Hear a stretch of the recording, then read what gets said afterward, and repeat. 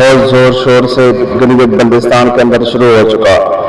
PTI को जो है ना साइड पे किया जा रहा है। बिलावल भुट्टो खुद उधर पहुंच गया और नवाज शरीफ भी उधर पहुंचा हुआ है। फजल रहमान खुद नहीं जा सका, लेकिन उसका भाई जो मौलाना अताउर रहमान है वो पहुंच चुका है। तो ये सीरियस मतलब आज ही इलेक्शन हो रहा है और रिजल्ट आने वाला है, लेकिन कारकुनों के दरमियान सुना है लड़ाई भी हो रही है। दाल तोड़ने के ऊपर झड़पें भी हुई हैं, लड़ाई शुरू है। लेकिन क्योंकि इलेक्शन है तो इलेक्शन के अंदर इस तरह से होता रहता है। तो ये आज इंतहाई अहम खबर है कि मतलब पीटीआई और जो है ना पीपल पार्टी और नून लीग बिलखुसूस इनके दरमियान जो है ना मजलिस वहदतुल मुस्लिमीन जो है इनके दरमियान कड़ाकेदार मुकाबला है आज गिलगित बल्तिस्तान के अंदर। तो आज जो है ना ये इलेक्शन है, इंशाल्लाह अभी हमने जो है ना आप तक अपडेट्स पहुंचा दी है इलेक्शन की।